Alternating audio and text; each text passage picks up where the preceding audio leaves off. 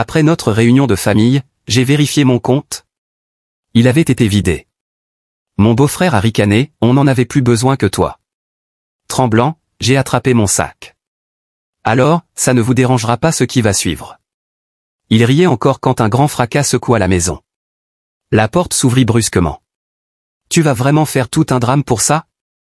Seth s'adossait au frigo, une bière à la main, ce sourire narquois vissé aux lèvres. Détends-toi, on n'en avait plus besoin que toi. J'ai cligné des yeux, le pouce suspendu au-dessus du bouton actualiser de mon application bancaire. Je l'avais déjà pressé 3 fois. Le solde restait le même, 4,87 $. Ce n'était pas possible. Hier, j'avais plus de 14 000 $. 14 000, quoi? Ma voix s'est fêlée. Sarah, ma sœur, a ri depuis le canapé. Elle avait l'air totalement détendue, jambes repliées sous elle, un verre de vin à la main, comme si tout cela n'était qu'un énième soir de jeu en famille. Ne sois pas si dramatique, a-t-elle dit. Ce n'est pas comme si on l'avait volé. On est une famille. Vous avez vidé mon compte. Ce n'est pas vidé si on compte te rembourser, a lâché Seth avec un haussement d'épaule. Un jour? Ma bouche s'est ouverte, mais aucun son n'en est sorti. J'ai tourné les yeux vers maman, assise de l'autre côté de la pièce, tricot en main. Elle n'a même pas levé les yeux. Maman? Ai-je dit plus fort, tu savais pour ça? Elle a soupiré, comme si je venais de lui reprocher un rôti trop cuit. Chérie, tu es toujours si sensible. Tu as un bon travail, pas de prêt, pas d'enfant, tu vis seul, tu t'en sors très bien. Donc ça justifie de me voler? Le ton, maçonne, a grommelé papa sans quitter des yeux son téléphone. Je me suis tourné vers Sarah. Comment t'as eu accès? T'as laissé tes infos sur l'ordi familial, a-t-elle dit sans gêne. Peut-être que la prochaine fois, évite de te connecter et de partir. Honnêtement, c'est ta faute. Ma faute? J'ai arrêté de parler, les poings serrés, le souffle court. Tu fais tout un plat, vraiment. C'est pas comme si on avait tout gaspillé, a dit Seth. On a payé le loyer. Pris de quoi manger. Tu sais, juste de quoi survivre. Vous ne m'avez même pas demandé. On ne pensait pas devoir le faire, a répliqué Sarah, sèchement. Ça fait des années que tu paies des trucs. Quelle différence ça fait si ça passe par toi ou vient de toi? J'ai pris mon sac lentement. Personne n'a bougé. Personne ne s'est excusé. Personne n'avait l'air surpris. Tu pars déjà, a demandé maman. Ouais, ai-je dit en remontant ma fermeture éclair. Mais ne vous inquiétez pas. Je vais rester en contact. Fais pas ta mauvaise tête, a soupiré Sarah en levant les yeux au ciel. On n'en avait plus besoin que toi. C'est juste un fait. Ma main s'est posée sur la poignée. J'ai marqué une pause. Alors ça ne vous dérangera pas ce qui va suivre. Ils ont ri. Mais dehors, quelque chose avait déjà commencé. T'as toujours aidé. C'est ton rôle, non? Ça va? C'était ma cousine Jean. Elle m'avait rattrapé dehors alors que je marchais vers ma voiture, les poings serrés, la mâchoire bloquée. Non, ai-je murmuré en tirant brutalement la portière. J'ai entendu ce que Sarah a dit, a-t-elle ajouté doucement. C'était pas juste. Je n'ai pas répondu. Parce que si j'avais ouvert la bouche, j'aurais hurlé. Le fait est, ce n'était pas la première fois. Pendant des années, j'ai été celui sur qui on comptait. Celui avec le job stable. Celui qui n'avait jamais besoin d'aide. Et donc, d'une manière ou d'une autre, c'est moi qui suis devenu le portefeuille familial. Ça a commencé petit. Sarah avait oublié de payer sa facture de téléphone. Je l'ai réglée. Puis Seth a perdu son emploi et m'a demandé un petit quelque chose pour tenir le mois. Ensuite, il y a eu un cadeau d'anniversaire pour leur fille. J'ai proposé de le payer, sauf que je ne l'ai même pas proposé. Ils ont juste supposé que je le ferais. Et chaque fois, c'était comme si je leur devais. T'as de la chance, maçonne, disait maman, d'un ton doux mais coupant. Tu n'as pas les luttes que ta sœur connaît. Dieu t'a donné de la facilité pour que tu la partages. La famille, c'est se soutenir, disait papa plus d'une fois. Tu ne serais pas là sans nous. Traduction, on t'a donné la vie, alors donne-nous ton salaire. Je n'ai jamais rien demandé. Pas même quand j'ai été licencié pendant 6 mois et que j'ai survécu avec du riz et des œufs. Pas même quand j'ai renoncé à 3 années de vacances pour reconstruire mes économies. Pas même quand j'ai aidé à rembourser leur dette de carte de crédit il y a 2 ans. Ils ne m'ont jamais remboursé. Jamais dit merci. Tu viens toujours à la réunion de famille, m'a demandé Sarah la semaine dernière. Ouais, ai-je répondu. Je dois apporter quelque chose? Sa réponse est tombée sans hésiter, apporte juste toi et ta carte. Je croyais que c'était une blague. Maintenant, je sais que non. 2 jours après l'incident, Sarah m'a appelé. Je n'ai pas décroché. Elle a rappelé encore et encore. Puis c'est à envoyer un texto, rappelle-la, mec. Elle panique. J'ai fini par répondre au 5e appel. Maçonne, a-t-elle commencé, la voix basse, tremblante. On a un problème. Ah bon? Écoute, fais pas cette tête. Il s'est passé un truc. Je suis resté silencieux. Elle a repris, la compagnie d'électricité est venue aujourd'hui. On est en retard, genre, vraiment en retard. Ils menacent de couper si on ne paie pas d'ici lundi. Elle a marqué une pause. Donc, on a besoin de ton aide. J'ai ri. Un rire court, amer. Vous avez vidé mes économies, et maintenant vous me demandez encore? Ce n'était pas que pour nous, a-t-elle répliqué vivement.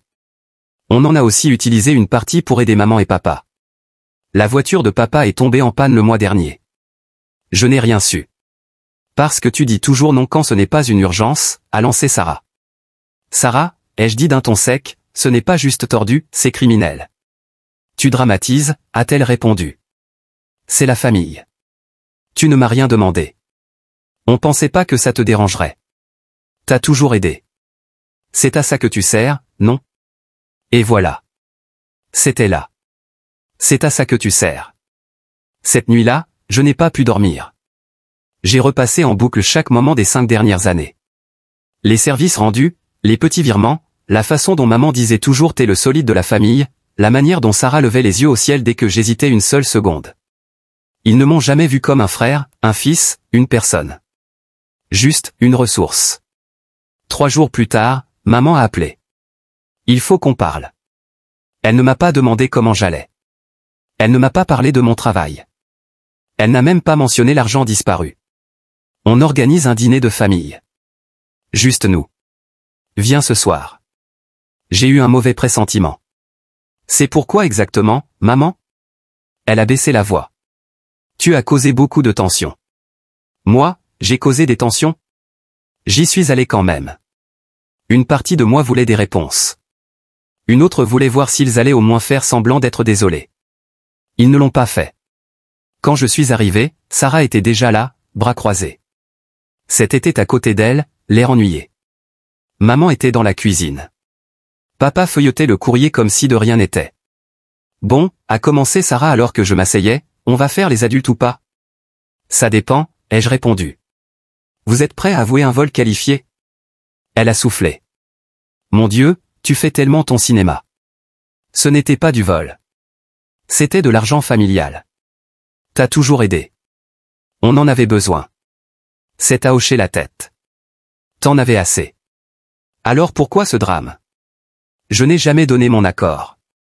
Tu n'as pas dit non non plus. Parce que je ne savais rien. Sarah a marmonné. Je me suis tourné vers maman. Et toi, tu trouves ça normal? Elle a détourné les yeux.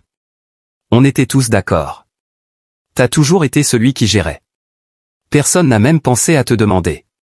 On avait confiance, a dit papa. Confiance en toi pour faire ce qui est juste. Je me suis levé. Et ce qui est juste, c'est vous laisser me voler tout en me souriant. Arrête de dire voler, a crié Sarah. C'était pour la famille. Alors vous ne verrez pas d'inconvénient à ce que la famille assume les conséquences. Qu'est-ce que ça veut dire, a demandé Seth en plissant les yeux. Je n'ai pas répondu. Pas encore. Quand je suis entré dans la maison ce soir-là, tout le monde était déjà là. Maman mettait la table, les assiettes tintaient un peu trop fort. Papa était affalé sur le canapé, zappant les chaînes comme si c'était un jeudi soir ordinaire.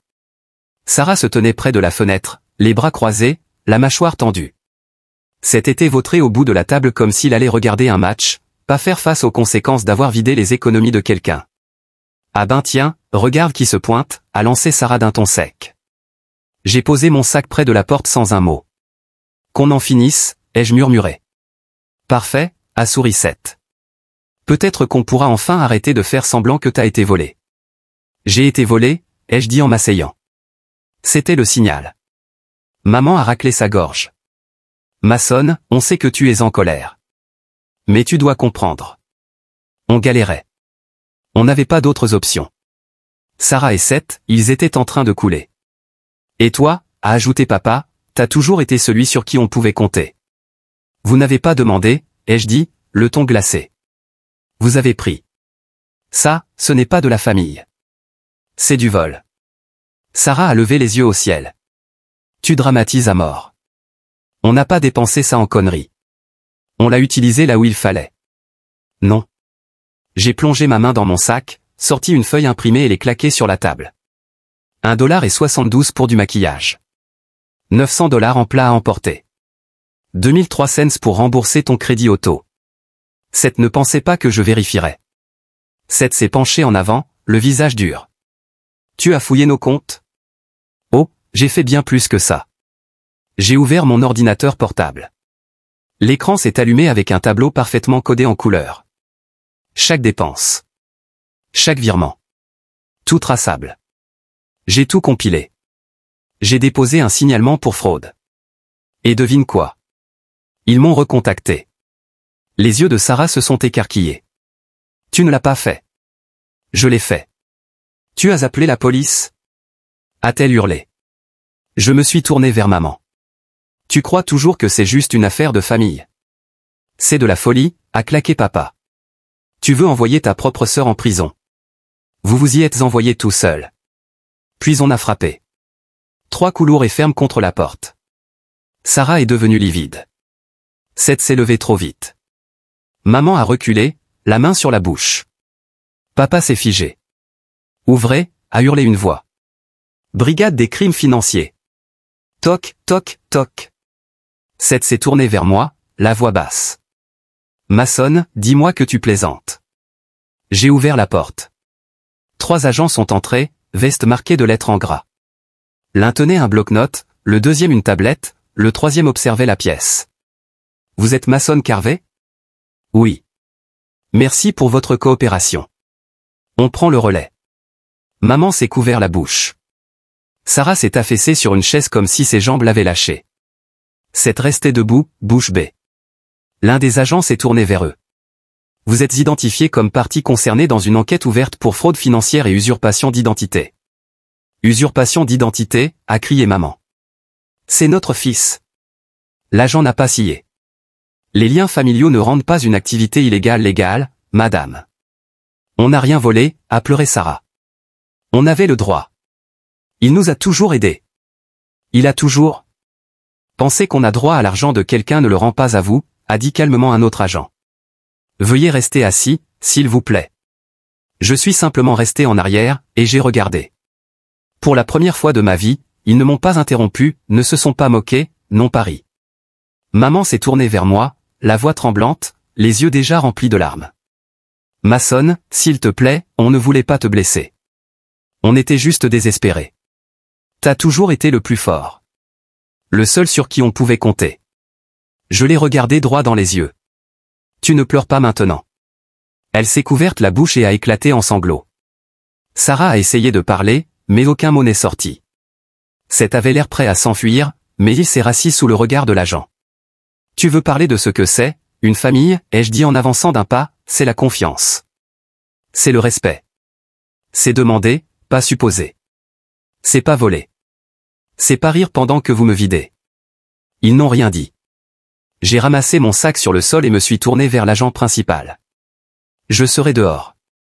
Et cette fois, personne ne m'a retenu. Tu es libre maintenant, Mason. N'y retourne pas, j'ai quitté la maison en silence. Personne ne m'a couru après. Personne n'a crié mon nom. Pour une fois, il n'y avait ni culpabilité, ni drame, ni Sarah hurlant son éternel comment t'as pu. Juste l'air froid de la nuit et le crissement des pneus derrière moi, quand les enquêteurs les ont escortés un par un. Je ne suis pas resté pour regarder. Cette nuit-là, j'ai conduit sans destination. J'ai dépassé des cafés fermés, des stations essence éclairées, mon téléphone vibrant sans arrêt sur le siège passager. Je n'ai répondu à aucun appel. Je ne voulais pas entendre des excuses déguisées en justification. Vers minuit, je me suis retrouvé garé devant le seul endroit qui avait toujours été un refuge. La vieille maison de ma grand-mère. Elle était décédée il y a quelques années, mais j'avais toujours la clé. Elle disait souvent, si un jour il se retourne contre toi, Mason, viens ici. La porte t'attendra toujours. Et cette nuit-là, elle l'a fait. J'ai dormi 11 heures d'affilée. Pas de texto. Pas de culpabilité. Aucune tension sur ma poitrine, comme chaque fois que je restais près de ma famille. À mon réveil, j'ai préparé un café dans une vieille tasse ébréchée, et je suis resté debout devant la fenêtre, à regarder le soleil grimper doucement derrière la clôture où elle jardinait. Pour la première fois depuis des années, j'ai eu l'impression de pouvoir respirer. Mais le silence n'a pas duré. Le premier mail est arrivé dans l'après-midi. De papa. Ça va trop loin. Tu as humilié toute la famille. Et la loyauté, qu'est-ce que t'en fais? Je n'ai pas répondu. Ensuite, Sarah a envoyé un message. J'espère que t'es content. Il gèle mes comptes. C'était enquêté au travail. Tu nous as détruits pour 2 ou 3 paiements. 2 ou 3. Et c'est plutôt des dizaines de milliers de dollars. Et c'est 5 années de sacrifice en silence. Puis maman a laissé un message vocal. Sa voix était douce, cassée. Tu n'avais pas à faire ça comme ça. On aurait pu gérer ça en famille. Mason, mon chéri, s'il te plaît, ils parlent de porter plainte. Ils disent qu'on pourrait perdre la maison. Cette phrase a tourné dans ma tête. Ils pourraient perdre la maison. Et soudain, je n'étais plus en colère. Je n'étais pas revanchard. Je m'en fichais. Parce que j'avais déjà perdu une maison, il y a des années, quand ils ont décidé que je valais plus comme compte bancaire que comme fils. 2 jours ont passé. Puis un message inattendu s'est affiché. Le frère de Seth. On n'était pas proches. Peut-être 5 mots échangés à chaque anniversaire. Mais son texto était simple, juste pour que tu saches, Sarah essaie de te faire porter le chapeau. Elle dit que tu étais au courant et que tu avais approuvé les virements. Il y a un avocat. Fais attention. J'ai failli rire. Même maintenant, même alors que tout s'écroule, elle essayait encore de manipuler les choses. Ce soir-là, j'ai appelé mon avocat. Envoie tout, ai-je dit. On ne va pas juste porter plainte. Je veux aussi une injonction d'éloignement. Mais tous les messages n'étaient pas hostiles. Une semaine plus tard, j'ai reçu un court mail de Kelly, la sœur de Seth. Je sais qu'on n'a pas parlé depuis des années, mais je voulais juste te dire que tu avais raison. Surtout. Sur la façon dont il te traite. Sur à quel point c'est devenu toxique. Je pensais que tu étais juste froid. Maintenant je crois que tu étais courageux. Je suis resté longtemps à fixer son message. Courageux. Personne dans ma famille n'avait jamais utilisé ce mot pour parler de moi. Un matin, mon téléphone a encore sonné. Numéro inconnu. J'ai failli refuser. Mais quelque chose m'a dit de décrocher. Mason? La voix était faible, rauque. C'était Sarah. Je n'ai rien dit. Elle a continué. Écoute, je sais que j'ai merdé, ok? J'ai été trop loin, je ne pensais pas que ça irait jusque-là. C'était suspendu. Maman n'arrête pas de pleurer. Papa ne me parle même plus. Et toi? Elle a hésité. T'as toujours eu le pouvoir de tout détruire. Et tu l'as enfin fait. Je suis resté silencieux quelques secondes. Puis j'ai répondu, d'un ton plat, je n'ai rien détruit. J'ai juste arrêté de vous laisser me marcher dessus. Silence. Puis, tu peux arrêter maintenant. Retirer la plainte, s'il te plaît. Je ferai n'importe quoi, juste fais que ça s'arrête. J'ai failli ressentir quelque chose. Failli. Mais je me suis souvenu de ce qu'elle avait dit le soir de la réunion. On n'en avait plus besoin que toi. J'ai souri, amer. Non, ai-je dit. Tu as créé ce chaos. Tu y vis maintenant. Et j'ai raccroché. Ce soir-là, j'ai cuisiné tranquillement pour moi. J'ai écouté mon album préféré de la fac. Je me suis installé sur le porche avec une tasse de café et j'ai regardé le monde passer. Et pour la première fois depuis mon adolescence, personne ne m'a demandé d'argent. Personne ne m'a fait culpabiliser. Personne ne m'a dit que je n'avais de valeur que quand je donnais. Je n'étais plus leur portefeuille. J'étais juste moi. Et c'était suffisant. Je ne suis pas votre banque. Je ne suis pas votre plan de secours. J'ai terminé. C'est étrange comme le silence peut être paisible. Personne ne vous le dit. On croit que ce sera des feux d'artifice, de la musique forte, une grande célébration. Mais pour moi, La paix, c'était simplement ça, personne qui me demande de l'argent. Personne qui me traite d'égoïste. Personne qui m'envoie un long message commençant par puisque t'es le seul qui s'en sort. Juste, le silence. Glorieux. Un silence ininterrompu. 3 mois se sont écoulés depuis cette nuit où j'ai tout fait exploser. 3 mois depuis le début de l'enquête, depuis que ma famille m'a regardé, stupéfaite, pendant que les agents entraient par la porte d'entrée et que la réalité perçait enfin à travers des années d'illusions. On dit qu'on ne choisit pas sa famille. C'est peut-être vrai. Mais on peut choisir combien de soi-même on est prêt à sacrifier pour les satisfaire. Et moi, j'avais fini de me sacrifier. Les conséquences n'ont pas tardé. Sarah et Seth ont tenté de faire du contrôle des dégâts. Un avocat a d'abord envoyé un mail à mon avocat, proposant de résoudre l'affaire en privé. Aucune excuse. Aucun aveu. Juste du contrôle de dégâts. J'ai dit à mon avocat, laisse-les brûler. Une semaine plus tard, maman a envoyé une lettre. 10 pages. Son écriture était toujours soignée, mais tremblante par endroits. Elle parlait de la situation qui avait dégénéré, disait qu'il n'avait jamais voulu me blesser, qu'elle espérait que je pourrais voir les choses dans leur ensemble. On a juste supposé que tu serais toujours là, écrivait-elle. C'est ce que font les bons fils. Cette phrase est restée avec moi. Parce qu'elle disait tout. Pas on a eu tort. Pas tu ne méritais pas ça. Juste, tu étais censé te taire et continuer à donner. Je n'ai pas répondu. Je n'ai pas appelé. Et pour la première fois de ma vie, je ne m'en suis pas voulu. J'ai déménagé. Nouvel appartement. Nouvel état.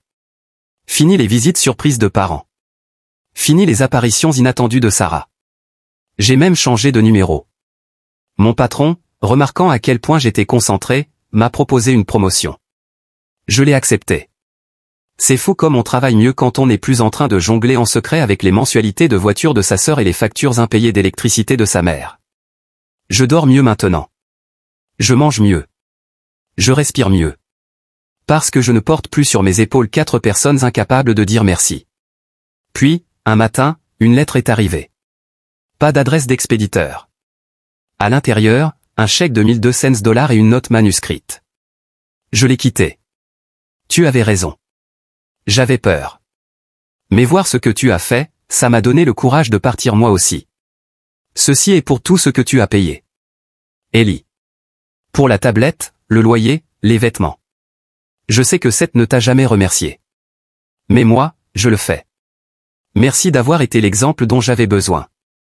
Kelly. Je l'ai lu 2 fois. Puis j'ai pleuré. Pas de tristesse. Pas de douleur. Mais parce que, pour la première fois, quelqu'un dans cette famille m'a vu. Pas comme un portefeuille. Pas comme un bouc émissaire. Mais comme une personne. Parfois, on me demande si je regrette. Et la réponse est simple, non. Je regrette d'avoir attendu aussi longtemps. Je regrette chaque nuit sans sommeil, chaque vacances annulées, chaque budget serré que j'ai supporté pendant qu'il sortait dîner, faisait du shopping et publiait sur Instagram des photos avec des légendes du style famille reconnaissante. Je regrette la façon dont je me suis rendu petit pour qu'il puisse se sentir grand. Je regrette tous les moments où je suis resté silencieux alors que j'aurais dû dire, tu dépasses les limites. Mais est-ce que je regrette de m'être levé, d'avoir tout fait exploser? Jamais. Un jour, ma thérapeute m'a demandé, pourquoi as-tu mis autant de temps à dire non? Et j'ai répondu, parce que je croyais que dire non signifiait que je ne les aimais pas. Elle a hoché la tête et m'a dit, dire non, c'est aussi apprendre aux autres à t'aimer en retour. Je n'ai jamais oublié cette phrase. Il y a quelques jours, j'ai croisé quelqu'un du lycée. Elle m'a dit, j'ai vu ce qui s'est passé avec ta famille. C'est dingue. Je m'attendais à du jugement, ou à de la pitié. Mais au lieu de ça, elle a souri et ajouté, t'as bien fait. La plupart des gens ne s'en sortent jamais. Je l'ai remercié. Puis je suis reparti, la tête un peu plus haute. Sarah et Seth sont toujours sous enquête. La dernière fois que j'ai entendu parler d'eux, Seth avait perdu son emploi. Le compte bancaire de Sarah avait été gelé. Maman essayait de renégocier le prêt de la maison. Et papa, apparemment, blâmait des influences extérieures pour avoir détruit la famille. Ils n'ont toujours pas compris. Je n'ai rien détruit. J'ai juste arrêté de faire semblant que les morceaux étaient encore intacts. Parfois, j'ai des flashbacks. Cette nuit-là. La table. Sarah qui riait pendant que je vérifiais mon compte. Cette qui souriait comme si c'était une blague. Maman qui balançait ça d'un revers de main, tu n'as pas besoin de cet argent, disait-elle. Et maintenant ils savent la vérité. Cet argent, ce n'était pas juste de l'argent. C'était ma vie. Mon temps. Ma santé. Mes limites. Et ils les ont franchies, pendant des années, comme si ça ne comptait pas. Aujourd'hui, ils en paient le prix. Je ne me réjouis pas de leur chute. Mais je me célèbre, moi, pour avoir survécu à ça. Pour m'être éloigné. Pour ne pas y être retourné. Même quand le silence était lourd. Même quand la culpabilité chuchotait à mon oreille, comme avant. Parce que ce silence, c'est la liberté. Alors si tu lis ceci, et que tu as été le fort, le responsable, le bon fils ou la bonne fille, celui ou celle à qui on demande de tout payer sans jamais dire un mot, laisse-moi te dire ce que j'aurais aimé entendre, tu n'as pas besoin de te brûler vif pour réchauffer les autres. Tu as le droit d'arrêter. Tu as le droit de partir. Et quand tu le fais, tu ne perds pas une famille. Je n'ai pas perdu ma famille. J'ai simplement cessé de me perdre pour la garder. Et dans ce silence enfin retrouvé, j'ai compris, la paix n'est pas l'absence de bruit, c'est l'absence de douleur.